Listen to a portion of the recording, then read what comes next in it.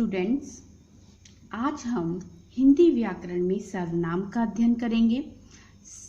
सर्वनाम किसे कहते हैं, सबसे पहले हम जानेंगे सर्वनाम क्या होता है। आपने पिछली कक्षाओं में भी पढ़ा होगा। ये संज्ञा के स्थान पर प्रयोग किए जाने वाले शब्द सर्वनाम कहलाते हैं।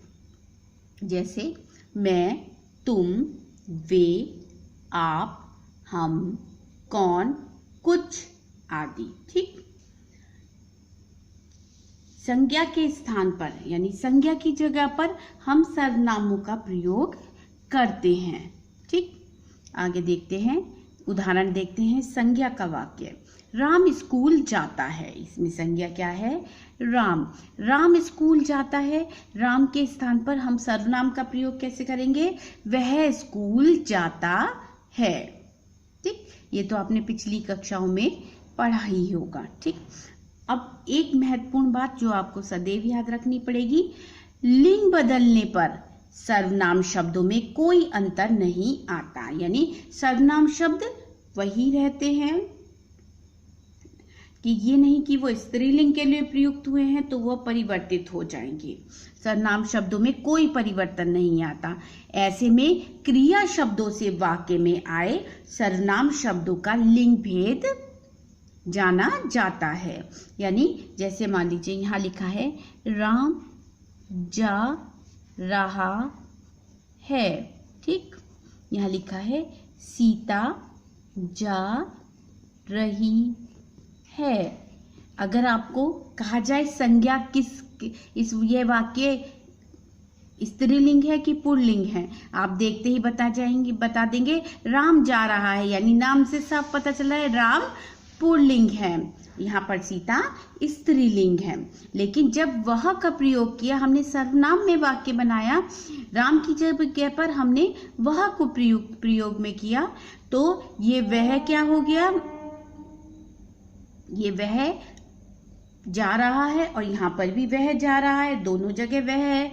तो इसका ये जानने के लिए कि ये स्त्रीलिंग है या पुल्लिंग, हमें किसे देखना पड़ेगा? क्रिया शब्द को देखना पड़ेगा। वह जा रहा है पुल्लिंग है, वह जा रही है स्त्रीलिंग है। ये हमें किससे पता चला? कि ये हमें क्रिया से पता चला, क्रिया शब्दों से पता चला। अब सबसे महत्वपूर्ण बात, आप सर्वनाम की परिभाषा याद करेंगे। संज्ञा के स्थान पर प्रयोग किए जाने वाले शब्द सर्वनाम कहलाते हैं। ठीक, और जब प्रश्न में कहा जाए उदाहरण सहित स्पष्ट कीजिए, तो आपको इस तरीके से उसे स्पष्ट आप करेंगे। आगे देखते हैं सर्वनाम के भेद। सर्वनाम के 6 भेद हैं। पुरुषवाचक सर्वनाम, निश्चयवाचक सर्वनाम, अनिश्चयवाचक सर्वनाम, प्रश्नवाचक सर्वनाम, संबंधवाचक सर्वनाम, निजवाचक सर्वनाम। ठीक, आज हम पुरुषवाचक सर्वनाम का ही अध्ययन करेंगे। पुरुषवाचक सर्वनाम, पुरुषवाचक बोलने वाले, सुनने वाले तथा जिसके विषय में बात होती है उसके लिए प्रयोग किए जाने वाले सर्वनाम पुरुषवाचक सर्वनाम कहलाते हैं। यानी बोलने वाला वक्ता, सुनने वाला श्रोता और जिसके बारे में बात की जा रही है वो अन्य पुरुष के अंतर्गत आएगा। ठीक, कोई तीसरा, जैसे जो बोलने वाला अपने लिए प्रयोग करेगा, सुनने वाले के लिए प्रयोग किया जाएगा और किसी अन्य के लिए जिन शब्दों का हम प्रयोग करेंगे संज्ञा के स्थान पर, वो क्या कहलाएंगे? पुरुषवाचक सर्वनाम कहलाएंगे। पुरुषवाचक सर्वनाम के 3 भेद हैं। उत्तम पुरुषवाचक सर्वनाम, मध्यम पुरुषवाचक सर्वनाम और अन्य पुरुषवाचक सर्वनाम। हमने जाना सर्वनाम के 6 भेद हैं। पुरुषवाचक, निश्चयवाचक, अनिश्चयवाचक, प्रश्नवाचक, संबंधवाचक और निजवाचक। पुरुषवाचक सर्वनाम के 3 भेद हैं। उत्तम पुरुष, मध्यम पुरुष और अन्य पुरुष। ठीक, हम उत्तम पुरुष के बारे में जानते हैं।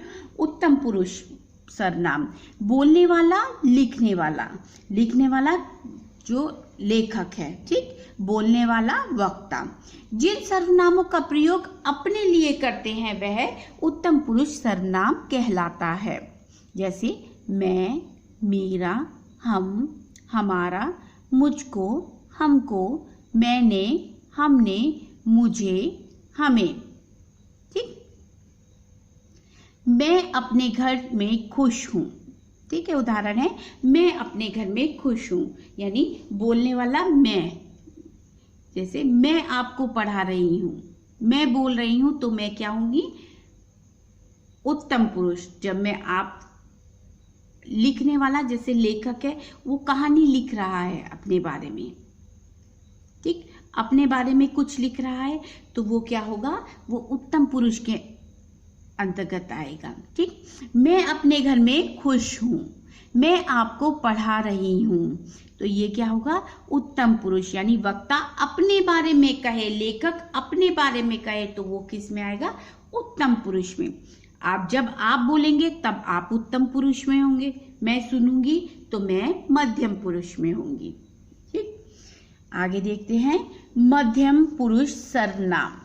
मध्यम पुरुष सर्वनाम वक्ता के द्वारा सुनने वाले या श्रोता के नाम के स्थान पर जिन सर्वनामों का प्रयोग किया जाता है उन्हें मध्यम पुरुष सर्वनाम कहते हैं। वक्ता के द्वारा सुनने वाला, जैसे मैं बोल रही हूं, आप सुन रहे हैं, ठीक है, मैं बोलूंगी तुम्हारा नाम क्या है?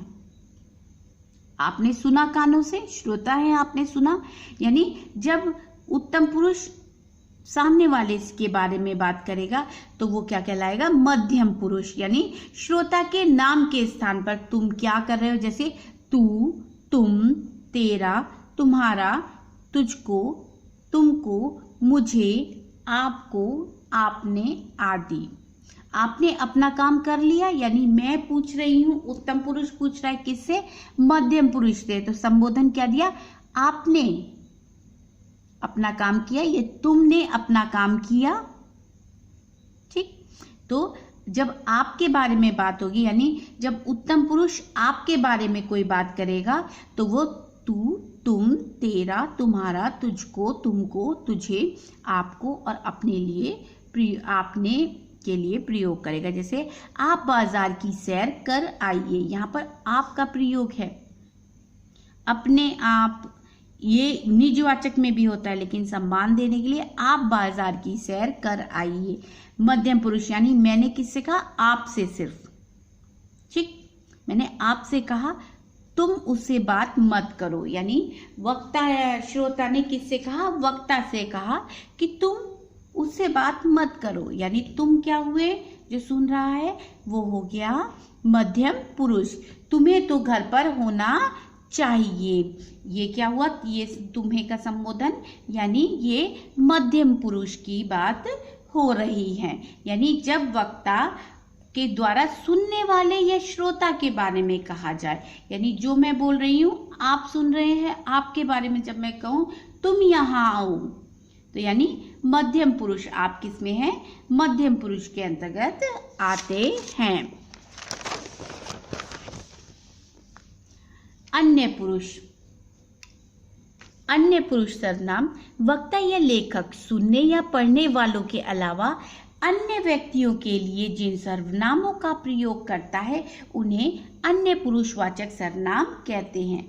वह, वे, उसे, उन्हें, यानी जब मैं कहूंगी वह कक्षा में क्यों नहीं आया, मैं किससे पूछ रही हूँ? आपसे पूछ रही हूँ कि वह कक्षा में क्यों नहीं आया, यानी हम दोनों मिलकर उत्तम पुरुष मध्यम पुरुष से पूछ रहा है किसी तीसरे व्यक्ति के बारे में। वो तीसरा व्यक्ति कौन है? अन्य पुरुष, यानी फर्स्ट पर्सन, सेकंड पर्सन और थर्ड पर्सन। फर्स्ट पर्सन मैं आपसे पूछ रही हूँ कि वह कहाँ है, वे सब लोग कक्षा में क्यों नहीं हैं, तो इसका मतलब जो वहां मौजूद नहीं है, किसी तीसरे व्यक्ति के बारे में हम बात कर रहे हैं। ठीक। अब आगे हम देखेंगे आप और तू का प्रयोग। ठीक। आपका प्रयोग निजवाचक के रूप में होता है। हमने अधिकतर देखा मैं अपना काम स्वयं करूंगा या मैं अपने आप चला जाऊंगा, यहाँ आपका प्रयोग निजवाचक में हुआ है। या आदर देने के लिए भी इसका प्रयोग किया जाता है। जैसे आइए आप यहाँ बैठिए। तो ये जो आपका प्रयोग है ये सम्मान देने के लिए किया गया है, ये निजवाचक नहीं होगा। वाक्य के भाव को, उसके अर्थ को आपको समझना पड़ेगा। आइए आप यहाँ बैठिए, ये सम्मान देने के लिए है, मध्यम पुरुष के लिए। ठीक, आगे देखिए, तू का प्रयोग अक्सर लड़ाई के लिए, इन चीज़ों के लिए किया जाता है। जब आप किसी से नाराज हो या आप तू मैं आपकी शुरू हो जाए तो आप अभद्र भाषा का प्रयोग करते हैं, उसमें तू का प्रयोग किया जाता है। ये निरादर पूर्वक माना जाता है, लेकिन कहीं कहीं वाक्यों में आपको ये आत्मीयता का बोध कराता है। माँ तू जल्दी आ, यहाँ पे तू का प्रयोग कर माँ का अपमान नहीं किया, लेकिन आत्मीयता का भाव यहाँ पर झलकता है। ठीक, हमने क्या पढ़ा? सर्वनाम किसे कहते हैं? संज्ञा के स्थान पर प्रयुक्त होने वाले शब्दों को सर्वनाम कहते हैं। सर्वनाम के 6 भेद हैं: पुरुषवाचक, निश्चयवाचक, अनिश्चयवाचक, प्रश्नवाचक, संबंधवाचक और निजवाचक। पुरुषवाचक सर्वनाम के 3 भेद हैं: उत्तम पुरुष, मध्यम पुरुष और अन्य पुरुष। हमने ये जाना आज। अगले वीडियो में हम पढ़ेंगे निश्चयवाचक सर्वनाम, अनिश्चयवाचक सर्वनाम, प्रश्नवाचक सर्वनाम, संबंधवाचक सर्वनाम और निजवाचक सर्वनाम। आप इनकी परिभाषाएं याद करेंगे।